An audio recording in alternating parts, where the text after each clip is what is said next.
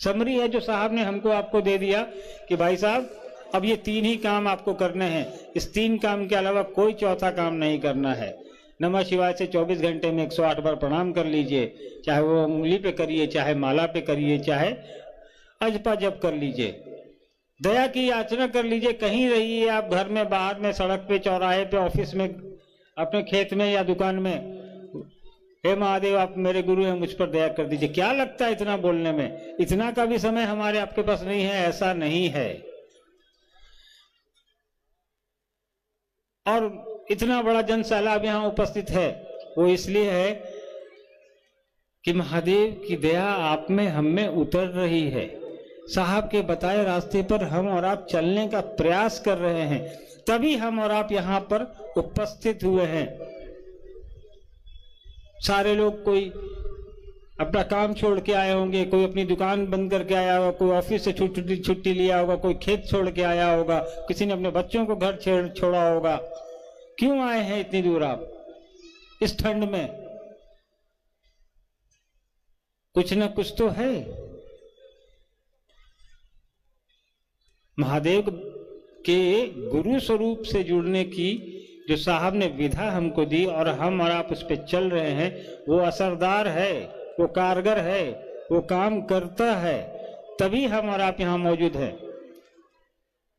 और नहीं काम कर रहा होता तो आज करोड़ों लोग भारत और भारत से बाहर शिव की शिष्टता ग्रहण किए हुए और साहब दीदी के बताए रास्ते पर ईमानदारी से चल रहे हैं। बिल्कुल हम और आप साहब दीदी के बताए रास्ते पर निरंतर चलते रहें, ये हमारी आपकी समझ जो साहब दीदी के 3 सूत्रों पर आधारित है, उस पर स्थायी रूप से टिकी रहे। हम लोग इसकी याचना करें, महादेव से ये दया मांगे कि साहब ने जो कहा है आपके निमित्त वो हमसे करवा लीजिए। बाकी काम के लिए तो कहते हैं हम और आप महादेव को, वो जगत गुरु है, वो हर काम आपसे हमसे करवा लेगा। उसके लिए हमारे अंदर कोई पात्रता हो ये जरूरी नहीं है। हम तो निरीह हैं, शिष्य के रूप में, उनके सानिध्य में, उनके आश्रय में, उनकी परिधि में जाने की आवश्यकता है। और जाने के लिए कोई रॉकेट साइंस साहब दीदी ने नहीं दिया। जाने के लिए साहब ने कोई भी ऐसा मार्ग नहीं बताया जो बहुत कठिन है। बिल्कुल आसान है, सरल है, सुलभ है। हम और आप आसानी से वहां तक चल सकते हैं। उसमें हम लोग को अपना दिमाग नहीं लगाना है। साहब ने कहा, एक बार साहब एक किस्सा सुनाते थे, आप लोग में से कई लोगों ने सुना होगा, वीडियो उसके यूट्यूब पे भी है, कि हरियाणा में एक नंबरदार हुआ करता था। नगर पालिका में पहले के जमाने में अंग्रेजों में नंबरदार हुआ करते थे, जो रिक्शा, ठेला और मोटरसाइकिल या इस तरह की जो चीजें होती है उस पर नंबर लगाता था नगर पालिका का। तो एक गांव में रहता था। एक बार वो किसी काम से शहर गया और शहर से जब वापस अपने गांव की ओर लौटा तब तक बहुत तेज बारिश हो रही थी और रास्ते में एक नदी पड़ती। जब तक वो नदी के पास पहुंचा, नदी में इतना पानी था कि वो नंबरदार खड़ा होकर सोचने लगा कि अब हम उस पार जाएं कैसे, अपने गांव में जाएं कैसे हम, क्योंकि पानी इतना तेज बहाव है कि मैं पार नहीं कर सकता। तो वो सोच रहा था, तभी एक साधु वहां बैठा था। उसने पूछा कि क्या हुआ बच्चे? नंबरदार ने कहा, बाबा मुझे गांव जाना है, इस नदी में इतना पानी है और रात में कहां रुकूंगा, आसपास कोई गांव भी नहीं है, घर भी नहीं है, बहुत समस्या है। तो साधु ने कहा कि एक काम करो, जाओ वहां नदी के किनारे बालू का टीला है, वहां से दोनों हथेलियों में बालू भर के ले आओ। तो नंबरदार सोचा कि चलो कर लेते हैं, क्या जाता है, साधु बोल रहा है, ये भी करके देखते हैं। वो दोनों हाथों में बालू भर के ले आया और नंबरदार ने साधु के सामने वो हथेली खोल दी। साधु ने एक हथेली पे शी लिखा, एक पे वो लिखा। ये सच्ची घटना है, मैं आपको बता रहा हूं। और कहा दोनों को सटा लो, दोनों को चिपका लो। तो दोनों को चिपका लिया तो शी और वो मिलके हो गया शिव। कहा साधु ने कि अब तुम जाओ, इस शिव को देखते हुए तुम नदी पार कर जाओ। नंबरदार ने वैसा ही किया, हथेली को जोड़े हुए और शिव को देखते हुए, जो उस साधु ने लिखा था इसकी हथेली पर बालू के ऊपर। और नदी पे जैसे ही उसने पैर रखा, उसका पैर अंदर नहीं गया, वो पानी पे चलने लगा। चलते चलते जब थोड़ी दूर पहुंचा, नंबरदार ने सोचा कि ये शिव लिखा है, इसको पढ़ के जब मैं पार कर रहा हूं तो मैं शिव शिव बोल के भी पार कर सकता हूं। नंबरदार ने क्या किया, दोनों हथेलियां अलग कर ली। उस शिव जो साधु ने लिखा था उसको श और व को, शी और व को अलग कर दिया। उसके बाद वो नंबरदार डूबने लगा, जबकि वो अपने शिव को याद कर रहा था। तो जब देखा पानी गर्दन से ऊपर आ गया तो नंबरदार चिल्लाया, बाबा बचाइए, मैं डूब रहा हूं। साधु ने कहा कि अरे मूर्ख, अपने शिव को छोड़, मेरे शिव को देख। हथेली उसने सटाई वापस और वो वापस सतह पर आ गया और उसने नदी पार कर ली। तो हम लोगों को भी उस नंबरदार वाली हरकत नहीं करनी है। साहब ने जो शिव दिखाया है उसी शिव को देखते हुए ही हमारा आपका पार होगा।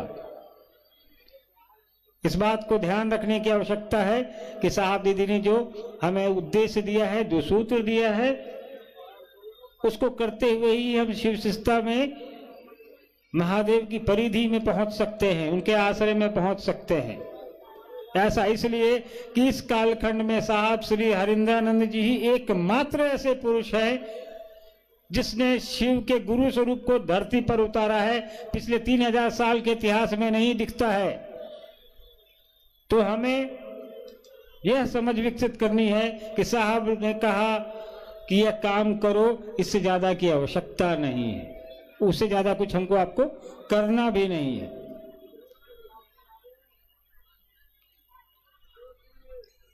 सीतामढ़ी की इस पवित्र धरती पर आने का सौभाग्य आप लोगों के द्वारा दिया गया हम लोगों को। वैसे भी शहर से मेरा पुराना लगाव है।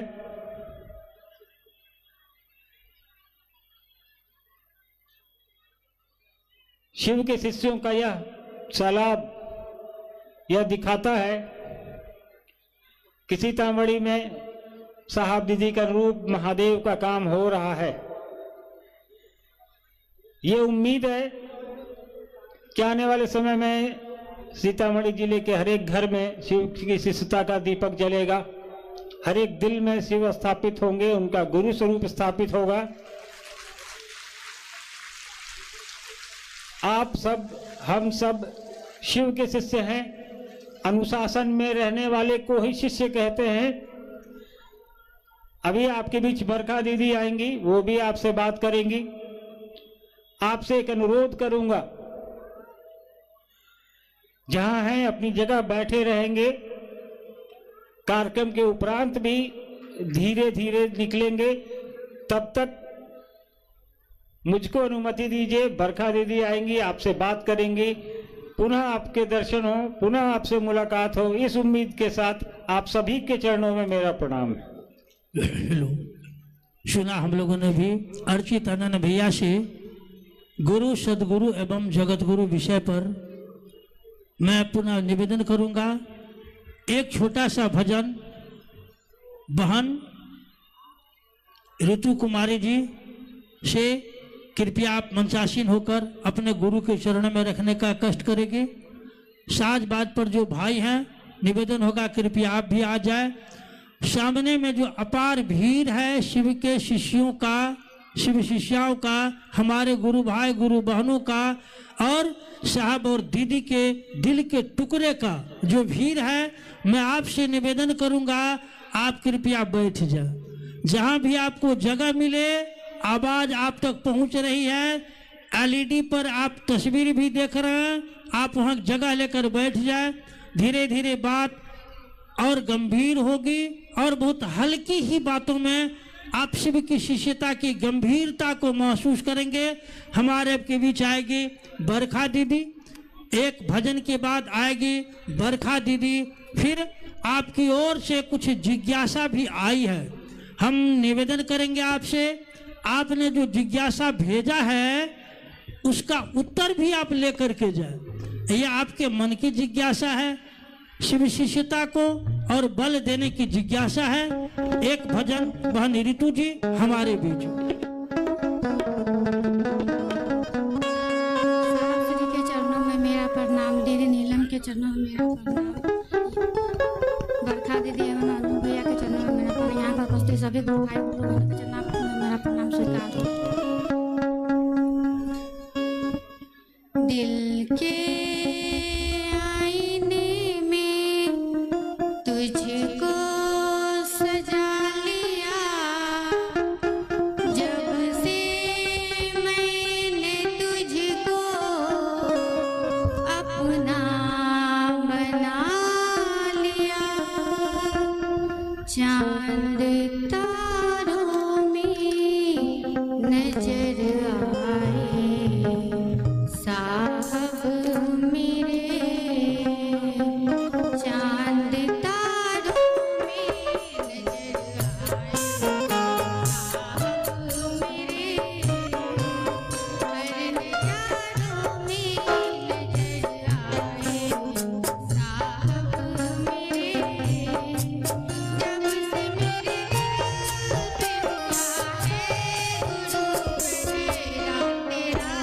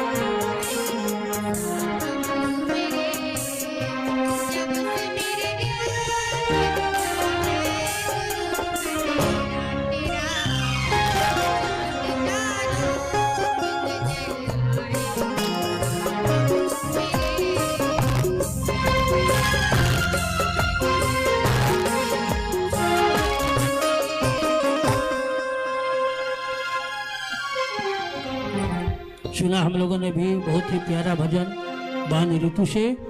मैं पुनः एक बार आपसे निवेदन करूंगा, आप जहां हैं कृपया वहां बैठ जाए और विश्व के वितान पर आध्यात्म का प्रादुर्भाव और मानव सृष्टि के कल्याण हेतु, मानव सृष्टि के अभ्युदय हेतु इस कालखंड के प्रथम शिव के पूर्ण शिष्य साहब श्री हरिंद्रानंद जी द्वारा जो दी गई विधियां हैं, जो मार्ग है, हम वह विषय आओ चले शिव की ओर, आओ चले शिव की ओर, हम सारे भाई बहन मिलकर साहब और दीदी के साथ चले, पूरे ब्रह्मांड के शिव शिष्य शिव की ओर बढ़े। इस विषय पर मैं निवेदन करना चाहूंगा। हमारे आपके बीच आपकी प्यारी बरखा दीदी को मैं मंच पर आहूत करता हूं। अपनी वाणी, अपना अनुभव, साहब का सानिध्य, आओ चले शिव की ओर, इन विषयों पर अपनी भावनाओं को व्यक्त करेगी बरखा दीदी हमारे आपके बीच। और आपसे प्रार्थना, आप जहां हैं आप कृपया बैठ जाएं, आप कृपया बैठ जाएं। आपकी जिज्ञासा भी है, हम उन जिज्ञासाओं का भी हल निकालेंगे। बरखा दीदी हमारे आपके बीच।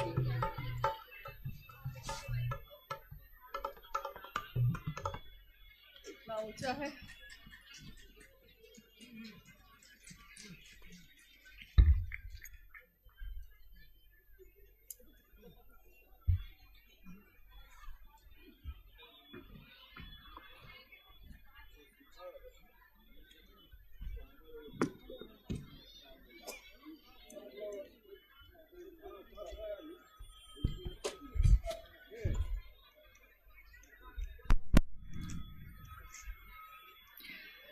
मेरे गुरु महेश्वर शिव को मेरा प्रणाम है। इस कालखंड के प्रथम शिव के शिष्य, हम सबों के परम आदरणीय वर्ण गुरु भ्राता साहब श्री के चरणों में मेरा प्रणाम है। शक्ति स्वरूपा माँ नीलामानंद जी के चरणों में मेरा प्रणाम है। और सीतामढ़ी के रुन्नी सैदपुर की इस धरती पे उपस्थित आप सभी गुरु भाई गुरु बहन के चरणों में मेरा प्रणाम है। मेरे गुरु महेश्वर शिव की असीम दया से यहाँ आने का सौभाग्य प्राप्त हुआ है। आज का ये शिव गुरु महोत्सव बरसों बाद आहूत हुआ और सीतामढ़ी जिले के निकटवर्ती स्थानों से भी गुरु भाई गुरु बहन इसमें सम्मिलित हुए हैं। बगल में नेपाल देश है, वहाँ से भी काफी गुरु भाई गुरु बहन यहाँ सम्मिलित हैं। हम सबका जीवन शिव का शिष्य बनकर गुजर रहा है और इस जीवन में शिव की सुगंध है। समानता, सहृदयता, शांति सबके जीवन में सचमुच में उतरकर आ गई है। साहब श्री हरिंद्रानंद जी का ये आवाहन कि जाति, धर्म, वर्ण, संप्रदाय, लिंग से परे है शिव की शिष्यता। जहाँ सभी चीजें खत्म हो जाती हैं, जहाँ सभी संकीर्णताएं तिरोहित हो जाती हैं, वहीं से शिव की शिष्यता शुरू होती है। शिव की शिष्यता का अर्थ है मानव का मानव से प्रेम करना, जीव का शिव हो जाना, जीव को शिव के तरफ चलने के लिए प्रेरित करना। और आज तक भारत देश या विश्व के किसी भी भूखंड पे जहाँ भी ईश्वर की बात हुई है, जहाँ भी आध्यात्म की बात हुई है, वहाँ पहला नाम शिव का आता है। शिव जो ईश्वरों के भी ईश्वर हैं, महेश्वर शिव। शिव जो देवों के भी देव हैं, महादेव। शिव जो अघोरियों के भी ईश्वर हैं, अघोरेश्वर। शिव जो कपालिकों के भी ईश्वर हैं, कपालेश्वर, महाकापलेश्वर, महामृत्युंजय। काल भी जिससे नियंत्रित होता है, भय को भी जिससे भय लगता है, महाकाल, महाभैरव, नटराज शिव। शिव के अनेक स्वरूप हैं, शिव के अनेक रूप हैं। जिस रूप में जिसने शिव को जाना, उसने शिव को वैसा ही प्यार दिया, वैसा ही प्यार पाया भी। शिव का एक रूप है जगत गुरु, शिव का रूप। जब भारत देश में संकीर्णता, अज्ञानता और रूढ़ियों के पास से ये बंधा हुआ था, कहीं भी कोई रोशनी की किरण नहीं दिख रही थी। पूरा विश्व आध्यात्म के संक्रांति काल से गुजर रहा था। उस काल में सन 1980 के दशक में शिव के शिष्य साहब हरिनानंद जी ने आवाहन किया जगत के लोगों को कि जगत का एक एक व्यक्ति शिव का शिष्य हो सकता है, आइए भगवान शिव को अपना गुरु मानते हैं। साहब श्री ने कहा, शिव जन जन के गुरु हैं, मेरे हैं, आपके भी हो सकते हैं। मैंने परीक्षा की है, आपकी परीक्षा भी प्रार्थनीय है। उन्होंने प्रार्थना की, उन्होंने ये नहीं कहा कि मैं कह रहा हूँ इसलिए मान जाओ। उन्होंने कहा कि मैंने पिछले 8 वर्षों में, जब से मैंने शिव को गुरु माना, परीक्षा ही परीक्षा की अपने गुरु की। कहते हैं गुरु शिष्य की परीक्षा करते हैं, परंतु शिव के शिष्य ने शिव को गुरु बना तो लिया और शिष्य ही गुरु की परीक्षा कर रहा है। पिछले 8 वर्षों में साहब श्री ने देखा कि जो वो सोच रहे हैं सो हो जाता है, जो वो कहते हैं वो घटित हो जाता है।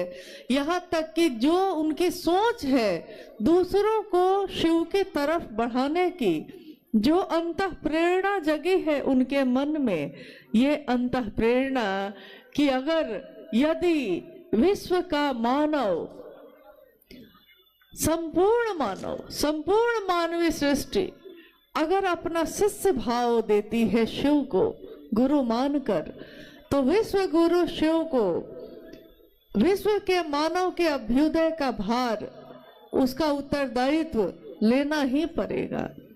साहब श्री ने कहा कि मैंने देखा है शिव से सुंदर कुछ भी नहीं, शिव से अच्छा कुछ भी नहीं, शिव से बड़ा मित्र नहीं, शिव से बड़ा कुछ भी इस धरती पे नहीं है। शास्त्रों ने लिखा कि नास्ति सर्व समो देवो, नास्ति सर्व समा गति, यानी शिव से बड़ा कोई देव नहीं है, शिव से बड़ी कोई गति नहीं है।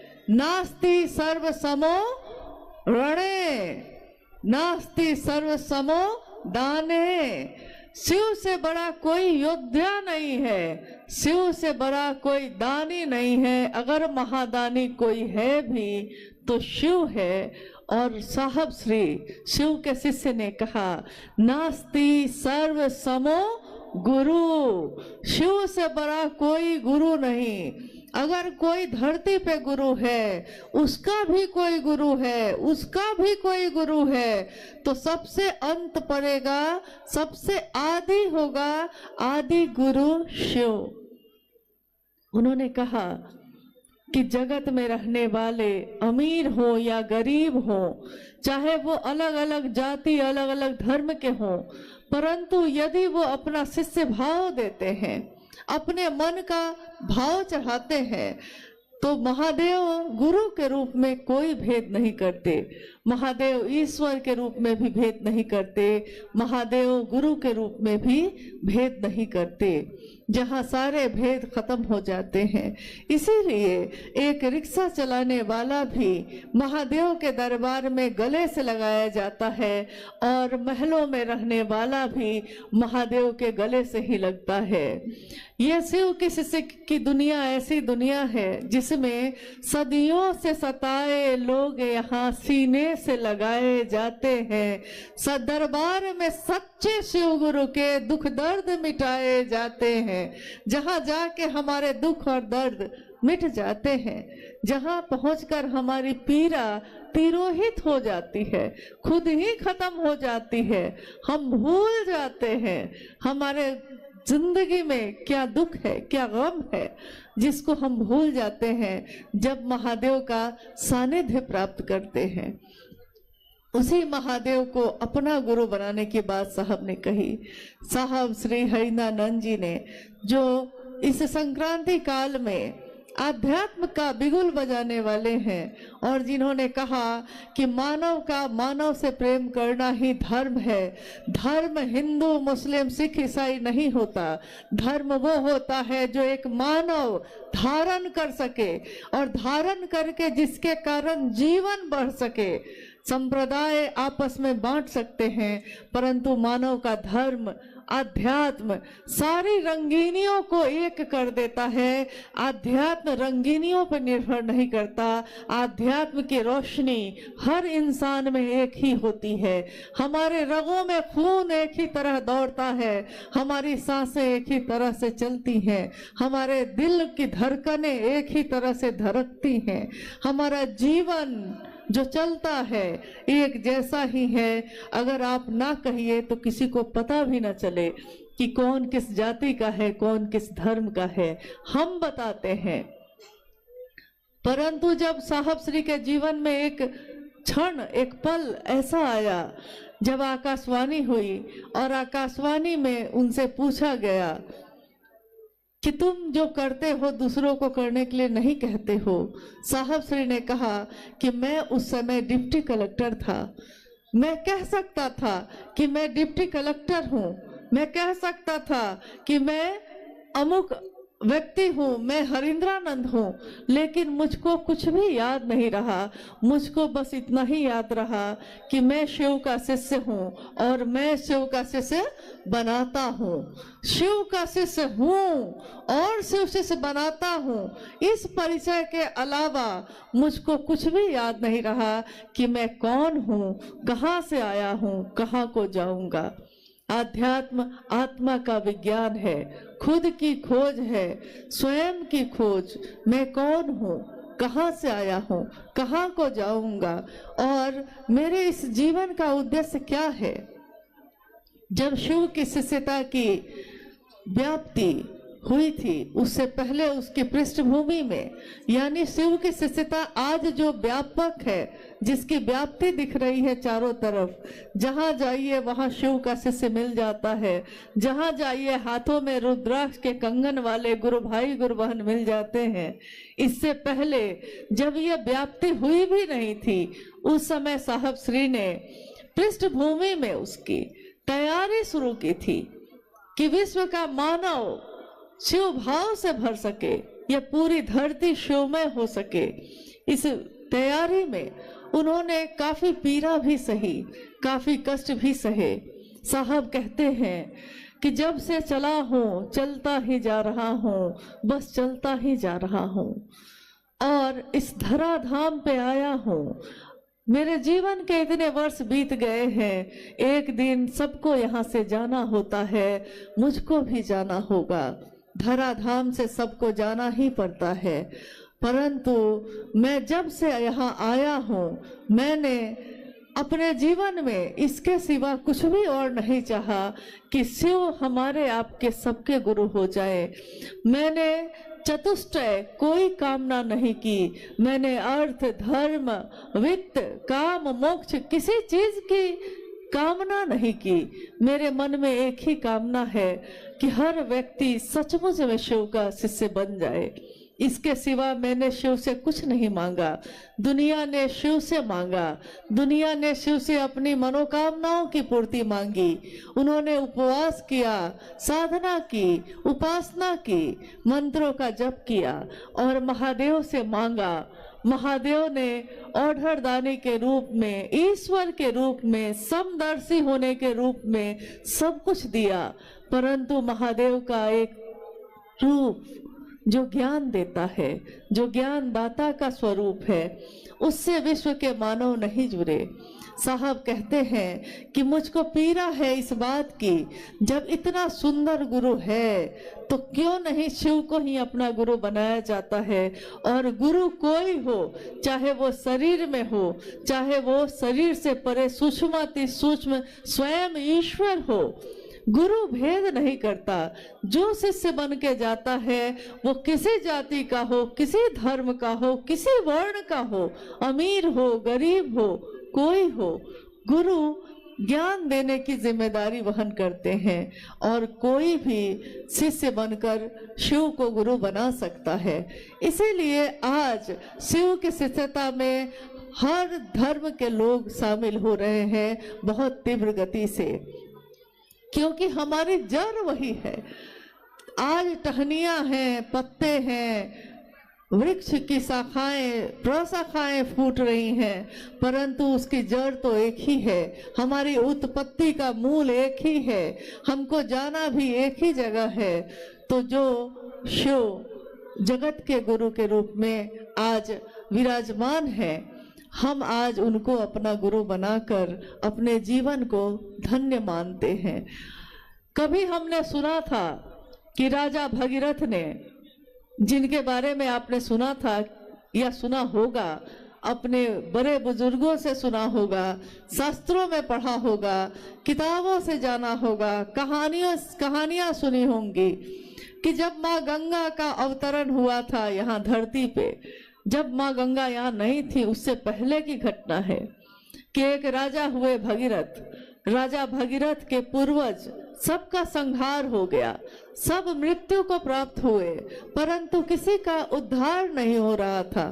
जब उद्धार नहीं हुआ तो लोगों ने सुझाव दिया राजा भगीरथ को कि अगर आकाश गंगा से गंगा नदी धरती पे उतर जाए और उसकी पावन जलधारा में आपके पूर्वजों की अस्थियां अगर भींग जाए, उसमें प्रवाहित हो जाए, तो सबको उद्धार हो जाएगा। लेकिन ये काम बड़ा कठिन है। मात्र माँ गंगा को जमीन पे उतारने की बात हो रही थी, लेकिन बात बड़ी कठिन है, बहुत मुश्किल है, इतना आसान नहीं है। तो राजा भगीरथ ने तपस्या शुरू की माँ गंगा की। कितने वर्षों के कठोर तपस्या के बाद गंगा प्रकट होती हैं। राजा भगीरथ गंगा से कहते हैं कि माँ, आप धरती पे उतर आइए, मेरे पूर्वजों का उद्धार होगा। माँ गंगा कहती हैं, क्योंकि उस समय उनके जल में, उनके जल की धारा में बड़ा प्रवाह है, बहुत तेज है, बहुत तीव्र है वो। तो उन्होंने कहा कि भगीरथ, मैं उतर तो आऊं धरती पे, परंतु धरती में इतनी ताकत नहीं है कि वो मेरे इतने तीव्र, इतनी तेज गति को बर्दाश्त कर सके। अगर मैं इस गति से उतरी धरती पे तो पूरी धरती डूब जाएगी, कुछ भी बचेगा नहीं। इसलिए मैं उतरना तो चाहती हूँ, उतर नहीं सकती, मेरी गति बहुत तीव्र है, इसको पृथ्वी धारित नहीं कर सकेगी। अब भगीरथ बड़े निराश हुए, तो सबने उनसे कहा कि भाई, जब हारे को, जब सब जगह से हार जाता है कोई, तो वो शिव की शरण में जाता है। अब महागुरु महादेव ही, वो शिव ही आपके इस पीड़ा का समाधान कर सकते हैं।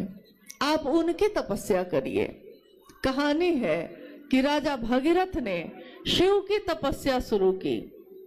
घनघोर तपस्या करते करते एक दिन शिव प्रकट होते हैं, पूछते हैं, भगीरथ क्या चाहिए?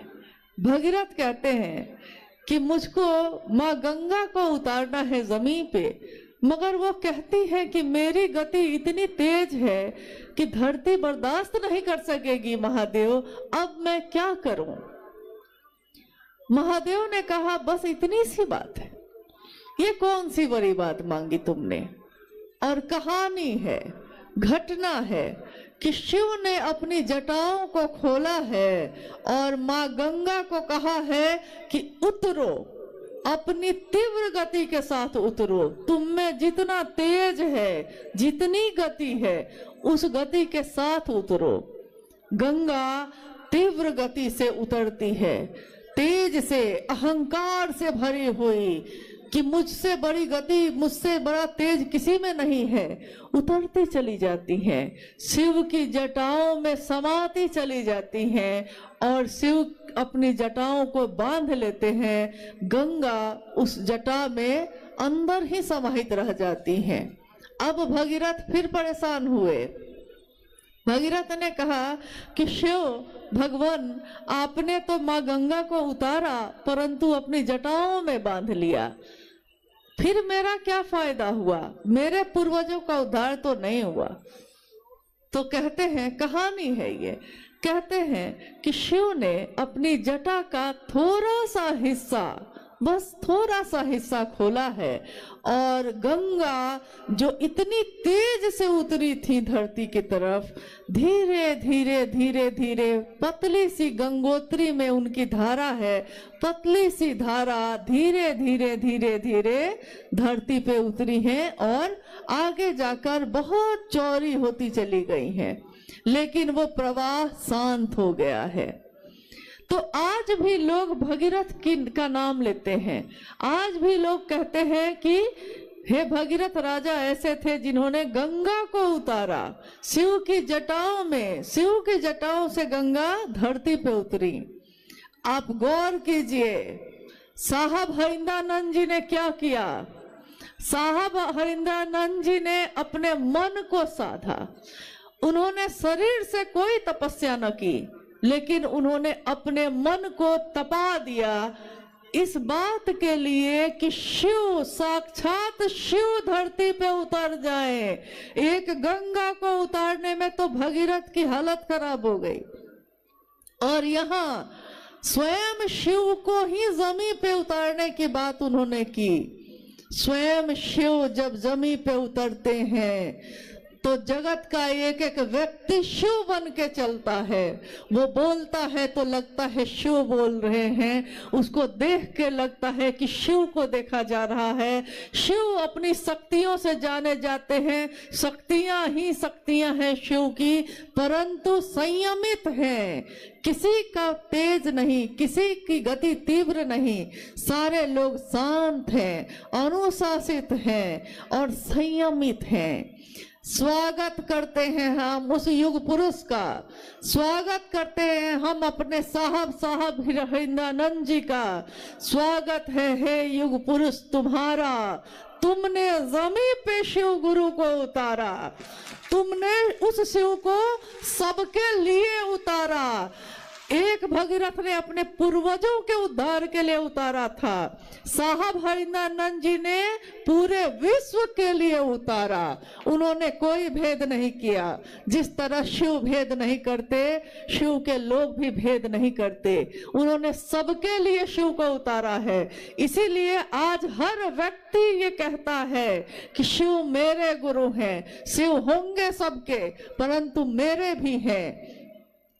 साहब ने कहा कि मैं जो इस धरती पे आया हूं, मैं जो शिव का शिष्य हूं, इस धरती के रहने वालों को अच्छे बुरे की समझ देके जाऊंगा, दूसरों को परखने की नजर देके जाऊंगा। अच्छे बुरे, अच्छा क्या है, बुरा क्या है, क्या मेरे जीवन के लिए सुंदर है, क्या मेरे जीवन के लिए अच्छा नहीं है। उन्होंने कहा अच्छे बुरे की समझ देके जाऊंगा, दूसरों को परखने की नजर देके जाऊंगा। यारों मैं इस जमाने का संग तराश हूँ। जमाने का, एक पत्थर का नहीं, एक पत्थर को मूर्तिकार तराश कर मूर्ति बना देता है। बेकार पड़े पत्थर को भी मूर्ति बनने पे मूर्ति वंदनीय होती है, मूर्ति पूजी जाती है। परंतु साहब हरिंद्रानंद जी शिव के शिष्य ने तमाम विश्व को, जमाने को, पूरी दुनिया को कहा कि मैं इस जमाने का संग तराश हूँ, पूरे जमाने को ही मूर्ति का रूप देने वाला मैं शिव का शिष्य, पत्थरों को भी बोलने का हुनर देके जाऊंगा। पत्थर को भी जिसने बोलना सिखा दिया। हम लोगों के जीवन में जो हमारा जीवन शून्य था, कोई जीवंतता नहीं, कहीं कोई हलचल नहीं, हम जी तो रहे थे, बस अपने जीवन को काट रहे थे। उस जीवन को एक लक्ष्य दे दिया, एक उद्देश्य दे दिया। लक्ष्य विहीन जीवन एक जानवर जीता है, परंतु इंसान, उसको अगर एक लक्ष्य मिल जाए तो इंसान में इतनी ताकत होती है कि अगर उस इंसान को आध्यात्मिक ऊर्जा मिल जाए तो आध्यात्मिक ऊर्जा के संचरण से वो चंद्रमा पे भी पहुंचता है, वो मंगल पे भी पहुंचता है, वो अंतरिक्ष में भी विचरण करता है, वो आकाश में उड़ना सीख जाता है, वो पाताल में जाना सीख लेता है, वो समंदर में सुरंग बनाना सीख लेता है। अगर आध्यात्मिक ऊर्जा हो तो वो धरती के सारे लोगों को एक सूत्र में बांधता है, जिस तरह साहब श्री ने, माँ नीलमानंद जी ने अपनी ममता के सूत्र में हमको आपको बांध दिया। अलग अलग पत्थर हैं हम, अलग अलग मोती हैं हम, सबके अलग विचार हैं, सबकी अलग सूरत है, सबकी अलग सीरत है, परंतु अलग अलग सूरत और सीरत के लोगों को उन्होंने धागा एक ही है, एक धागे में पिरो दिया। शिव शिष्यता का धागा, जिस धागे को बनाने वाले हैं साहब श्री हरिंद्रानंद जी, उन्होंने अपनी उस ऊर्जा से जो शिव ने उनको दी थी, उस ऊर्जा का सदुपयोग करके विश्व के मानव को एक धागे में पिरो दिया है। हम मोती हैं अलग अलग, परंतु हमारे धागे एक ही है, एक ही धागे में पिरोए हुए हैं हम। उसी तरह जिस तरह रोशनी होती है आकाश में जब, तो हम देखते हैं कि तारे हैं, सबकी चमक है एक जैसी, तारे अलग अलग हैं परंतु चमक सबकी एक ही है। उसी तरह मोती भी हम अलग अलग हैं लेकिन धागा हमारा एक ही है, शिव शिष्यता का। और शिव की शिष्यता मेरे मन प्राण में स्वस्फूर्त जागरण हो जाए, उसका जाग जाए मेरे मन में, इसके लिए उन्होंने दिया पहला सूत्र, जिसमें हम कहते हैं, हे शिव आप मेरे गुरु हैं, मैं आपका शिष्य हूँ, मुझ शिष्य पर दया कर दीजिए। अभी हाल में मैंने एक जगह सुना, सीतामढ़ी और मुजफ्फरपुर के बॉर्डर पे कुछ जगहों पे एक इक्का दुक्का लोग हैं जो लोगों को समझा रहे हैं कि साहब ने जो पहला सूत्र दिया है उसमें हमको बोलना है, हे शिव आप मेरे गुरु हैं, मैं आपका शिष्य हूँ, सब शिष्यों पे दया कर दीजिए। तो मुझको याद आया, जब किसी ने ये कहा तो मुझको याद है कि साहब श्री ने अक्सर ये बात कही कि तीनों सूत्रों के निरूपण में जो मेरी अनुभूति है, मैंने तीनों सूत्रों के माध्यम से दिया है, तीन सूत्र में या शिष्यानुभूति जो मैंने लिख दी है, आओ चले शिव की ओर जो मैंने लिख दी है, साहब श्री ने कहा उसमें एक बिंदु, एक कॉमा का परिवर्तन करना भी विनाशकारी साबित हो सकता है, क्योंकि अर्थ बदल जाएंगे। अगर वाक्य बदला तो उसके अर्थ बदल जाएंगे, और साहब ने जो वाक्य दिया है उसके सिवा उसका अर्थ दूसरा कुछ करना हमारे लिए हितकारी नहीं है, ये उचित नहीं है। इसलिए पहला सूत्र उन्होंने दिया, हे शिव आप मेरे गुरु हैं, मैं आपका शिष्य हूँ, मुझ शिष्य पर दया कर दीजिए। मुझ शिष्य यानी मेरे अपने बात हो रही है, मुझ में शिव का प्रकटीकरण हो जाए, स्वस्फूर्त जागरण हो जाए। इस जागरण के लिए शिव की शिष्यता में पहला सूत्र है।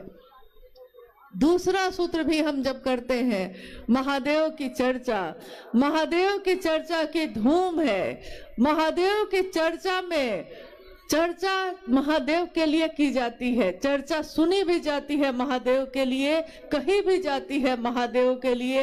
यहाँ कोई गुरु नहीं है, यहाँ कोई विद्वान नहीं है, यहाँ कोई प्रवचन करता नहीं है, यहाँ शिव के शिष्य जमा हुए हैं, शिव की बात हो रही है। शिव की चर्चा कहना और सुनना शिव के लिए होता है, ये तमाशा नहीं है।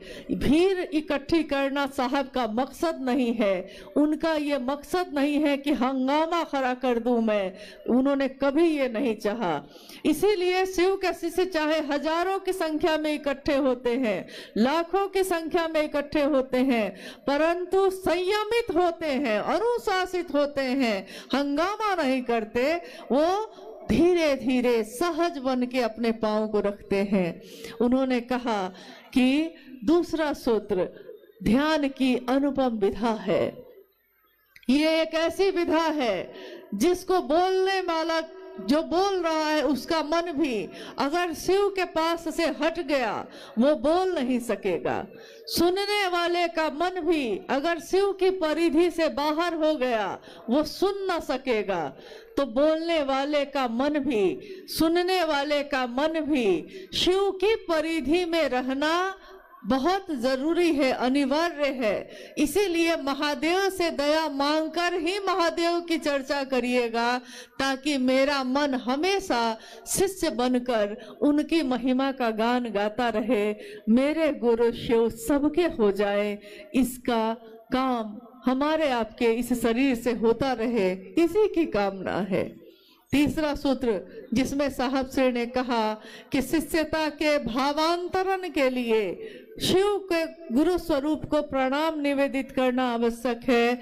शिष्यता का भावांतरण, इसका अर्थ होता है हमारा जो विचार है, अभी जो मैंने विचारों में शिव को गुरु बनाया है, ये मेरा स्वभाव बन जाए, मेरा शिष्य भाव बन जाए, मैं शिष्य का भाव लेकर जगत में उतरूं, व्यष्टि का नकाब हटाकर समष्टि की ओर चलूं। मैं जो एक व्यक्ति हूँ, मैं जो अमुक व्यक्ति हूँ, मैं शिव का शिष्य बनकर जगत में, समष्टि में, समाज में, दुनिया में उतरूं जो मेरे हृदय में है।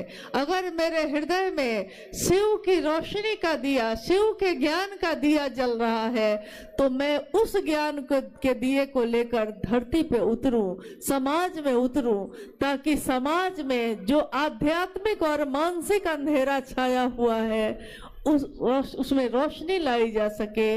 वो अंधेरा स्वतः दूर हो जाता है रोशनी के आने से। अंधेरा रहता ही है, हमेशा रहता है, शाश्वत है वो, परंतु एक रोशनी की किरण आते ही तमाम अंधेरे दूर हो जाते हैं। जिस तरह परसों जब हम लोग पटना उतरे, रांची से पटना आए, पटना से मुजफ्फरपुर पहुंचे, परसों हम लोग जब उतरे तो चारों तरफ कुहासा ही कुहासा था, चारों तरफ अंधेरा ही अंधेरा दिख रहा था। गाड़ी जो चल रही थी उसकी रोशनी भी बड़ी मुश्किल से कुछ दूर तक दिख रही थी, और उसी समय से हम लोग मन ही मन इस बात की प्रार्थना करने लगे कि महादेव का काम है, पता नहीं महादेव की दया कैसी होगी, कैसे इस कार्यक्रम को निकाला जा सकेगा, लोग कैसे सुरक्षित आएंगे, लोग कैसे जाएंगे। कहीं मैदान में अगर थोड़ी दूर भी दिखाई न दिया तो लोगों को कितनी असुविधा हो जाएगी। तो मन ही मन हम सब ने महागुरु महादेव से प्रार्थना की, महादेव की असीम दया से आज सुबह से मौसम देखिए कैसा है। आज सुबह से अपने सूरज अपनी रोशनी को बिखेर रहा है। उस सूरज को धन्यवाद है जिसने शिव के शिष्यों की मदद की, जिसने शिव की शिष्यता की इस पावन जलधारा को और अपनी तपिश देकर और सुंदर कर दिया। महादेव की दया पल प्रतिपल चमत्कार के रूप में हमारे आपके जीवन में उतर रही है, परंतु हम देखना नहीं चाहते। हमारे सामने पल प्रतिपल हम जीवित हैं, सांस लेते हैं। ये दुनिया का सबसे बड़ा चमत्कार है। एक कैमरा जो सामने लगा है उसके लेंस की भी एक क्षमता है, इंसान के आंखों के लेंस की कोई क्षमता नहीं है। कोई कंप्यूटर, कोई मॉनिटर, कोई मोबाइल, उसकी भी एक क्षमता है। इंसान के इस दिमाग की अनंत क्षमता है, क्षमता उसकी सीमित नहीं है। एक धड़कन की क्षमता असीमित है, अनंत है। यानी महादेव ने जो बनाया है, महादेव से बड़ा वैज्ञानिक भी कोई नहीं, महादेव से बड़ा बुद्ध भी कोई नहीं, महादेव से बड़ा वैद्यनाथ भी कोई नहीं। और वो महादेव मेरे आपके गुरु हुए हैं। महादेव के इस गुरु स्वरूप की व्याप्ति हम दुनिया में कर सकें, इसकी कामना करिए। साहब और दीदी का आशीर्वाद सभी शिव शिष्यों के साथ है। कौन कहता है साहब हरिंद्रानंद जी नहीं है? वो हम सभी शिव शिष्यों की धड़कनों में है, हमारी आवाज में है, हमारी सोच में है, हमारे विचार में है, हमारे इस शिष्य भाव की कृतज्ञता में है। वो शिव हमारे दिल में बैठे हैं और हमारे साहब और दीदी दोनों शिव के साथ ही हमारे हृदय में विराजमान है, सदैव रहेंगे। आने वाली पीढ़ी भी उनको कभी भूल न सकेगी। आने वाली पीढ़ी, हमारा शरीर का लय होगा, आपके शरीर का लय होगा, परंतु शिव शिष्यता का लय कभी नहीं होगा। हमारी गणना है 1 साल, 2 साल, 5 साल, 1000 साल, मनवंतरों तक शिव की कोई गणना नहीं है। शिव का कोई साल नहीं, शिव का कोई वर्ष, शिव के दिन, शिव की दोपहर, शिव की शाम नहीं। शिव की शिष्यता अनवरत मनवंतरों तक, जब तक शिव है ये शिष्यता भी चलती रहेगी, पल्लवित पुष्पित होती रहेगी और विश्व में समानता, सहृदयता और शांति के सुमन को खिलाती रहेगी। ये साहब और दीदी का आशीर्वाद है विश्व के मानव को, और ये आशीर्वाद फलीभूत होता ही रहेगा। आइए, आज इस शिव गुरु महोत्सव में मैं देख रही हूँ कि गुरु भाई गुरु बहन थोड़ा कष्ट में है, क्योंकि अनुमान से ज्यादा गुरु भाई गुरु बहनों की उपस्थिति है। मैं आपसे निवेदन करती हूँ कि आप जहाँ हैं वहाँ स्थिर से थोड़ी देर और रहिए। थोड़ी देर अभी कार्यक्रम चलेगा और जल्दी ही हम लोग समापन करेंगे, ताकि शिव के शिष्य सही समय पे अपने गंतव्य, अपने घर को वापस पहुंच सके, सुरक्षित पहुंचे। कभी भी साहब ने ये नहीं चाहा कि शिव के शिष्यों को कष्ट हो, हमेशा उन्होंने आपका, हमारा सुरक्षित जीवन मांगा। इसलिए सभी के जीवन को सुरक्षित रखना भी हमारा कर्तव्य है। आइए हम लोग कुछ जिज्ञासाओं पे बात कर लेते हैं, अगर जिज्ञासा आई है। दीदी से निवेदन है। अच्छा, एक जिज्ञासा आई है। स्वर्णा कुमारी, शिष्ट भाव प्रगाढ़ होकर व्यक्ति के स्वभाव हो जाए, ये स्थिति सामान्य नहीं है। ये शिष्य अनुभूति में साहब ने लिखा है, ये सामान्य नहीं है, ऐसा उन्होंने लिखा। हाँ, शिव शिष्यता का भाव प्रगाढ़ होकर, प्रगाढ़ का अर्थ होता है गहरा, मजबूत। प्रगाढ़ होकर, गहरा होकर, मजबूत होकर मेरा स्वभाव बन जाए। यानी ऐसा नहीं देखा देखी नहीं, मैं नहीं कहता देखा देखी सुनी सुनाई, मैं कहता आंखन देखी। यानी मैं खुद में महसूस कर लूं, मेरा स्वभाव बन जाए शिष्य का भाव। इसी के लिए, शिष्यता के भावांतरण के लिए ही उन्होंने तीसरा सूत्र दिया है। शिष्य भाव मेरा स्वभाव बन जाए। जिस तरह मेरा स्वभाव है, मैं किसी की पुत्री हूँ, मैं किसी की बेटी, किसी की पत्नी, किसी की बहू, किसी की माँ हूँ, ये मेरा स्वभाव है। मेरी पुत्री मेरे पास बैठी है, मेरे मन में इसके लिए ममता फूटे, इसके लिए मैंने कोई तपस्या नहीं की। जिस दिन इसके आने की खबर हुई, जिस दिन मुझको सूचना हुई कि मैं माँ बनूंगी, मेरे मन में माँ का स्वभाव स्वतः प्रकट हो गया और स्वतः मेरे मन में ममता हिलोरे लेने लगी।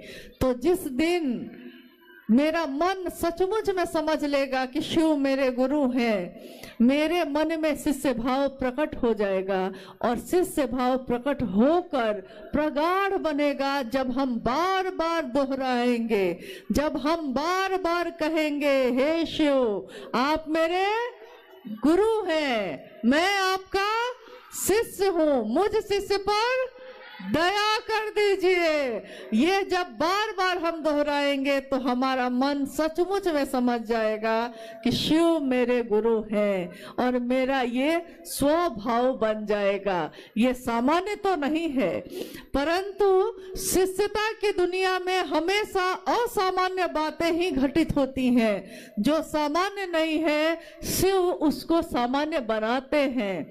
जो सहज नहीं है, शिव उसको सहज बनाते हैं। इसीलिए मनुष्य के सहज प्रेम से परमात्मा भी लभ्य होते हैं। आइए हम लोग दूसरी जिज्ञासा पे चलते हैं। आप बोलने वाली हैं? बोलिए, जल्दी बोलिए। इसमें है साउंड है।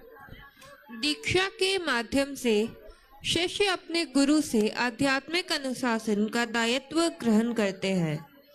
कृपया समझाने की कृपा करें। जिज्ञासा है, दीक्षा के माध्यम से शिष्य अपने गुरु से आध्यात्मिक अनुशासन का दायित्व ग्रहण करते हैं। कृपया समझाने की कोशिश करें। दीक्षा के माध्यम से शिष्य अपने गुरु से आध्यात्मिक अनुशासन लेता है। दीक्षा, शिव के शिष्यता में कोई मंत्र कान में नहीं दिया जाता। शिव के शिष्यता में कोई उपासना साधना नहीं बताई जाती। शिव की दया ही शिव शिष्यता में शिव शिष्यों के लिए दीक्षा का काम करती है। शिव की शिष्यता का विचार, ये भाव, ये विचार जो हमारे मन में प्रवेश करता है, यही दीक्षा मानी गई है। और जैसे ही मेरा मन ये समझता है कि मैं अमुक व्यक्ति की बेटी हूँ, मेरा मन अगर इसको याद रखता है तो मैं दुनिया में चाहे कहीं भी जाऊं, मेरे मन में, मेरे आचरण में एक अनुशासन स्वतः उतर जाता है। लोग कहते हैं चलो वहां चलते हैं, हम कहते हैं कि नहीं, अगर मैं जाऊंगी लोग कहेंगे कि अमुक अमुक गुरु भाई जो है उनकी बेटी पता नहीं कहाँ कहाँ घूम रही थी। देखिए, पिता का भान है कि भाई नागेंद्र बाबू की बेटी कहाँ घूम रही थी, भाई स्वतः अनुशासन आ गया। एक मन में पिता की स्मृति आई तो अनुशासन आ गया। गुरु की याद रहेगी मैं किसका शिष्य हूँ, तो मैं अपने जीवन में चाहे किसी से बात करूं, चाहे हंसूं, चाहे बोलूं, चाहे चलूं, चाहे बैठूं, मेरे हर काम में एक आध्यात्मिक अनुशासन स्वतः उतर जाएगा। ये शिव की शिष्यता की याद अगर रह गई, शिव की दया की याद रह गई, शिव की दया ही दीक्षा कही जाती है, याद रह गई तो मेरा मन चाहे मुझको जहां ले जाए, परंतु ये शरीर हमेशा एक आध्यात्मिक अनुशासन में रहेगा ही रहेगा। महारानी सीता की धरती पर आपका हार्दिक स्वागत है। महारानी सीता, जानना चाहता हूँ आध्यात्मिक जागरण एवं धार्मिक जागरण में क्या अंतर है? इसके साउंड का अच्छा लाइए तो बेटा एक बार दोहरा देते हैं, कोई बात नहीं। अच्छा कोई बात नहीं, ऐसा है। एक जिज्ञासा आई है कि महारानी सीता की धरती पे आपका स्वागत है। जानना चाहता हूं कि आध्यात्मिक जागरण एवं धार्मिक जागरण में क्या अंतर है। शिव की शिष्यता क्या है? शिव की शिष्यता एक जागरण है व्यक्ति के आध्यात्मिक और मानसिक दोनों तल का। आध्यात्मिक तल का अर्थ होता है कि ईश्वर से, जीव से शिव हो जाने का रास्ता। आध्यात्मिक तल यानी आध्यात्म मैं कौन हूँ, कहाँ से आया हूँ, इसको जानने की उत्कट अभिलाषा पैदा होती है। और मानसिक जागरण, धार्मिक जागरण, इसमें जिज्ञासा है धार्मिक जागरण। तो धार्मिक जागरण का अर्थ अगर आपने मजहब से लगाया है, अगर आपने संप्रदाय से लगाया है, तब तो अलग अलग तरीके का हो सकता है।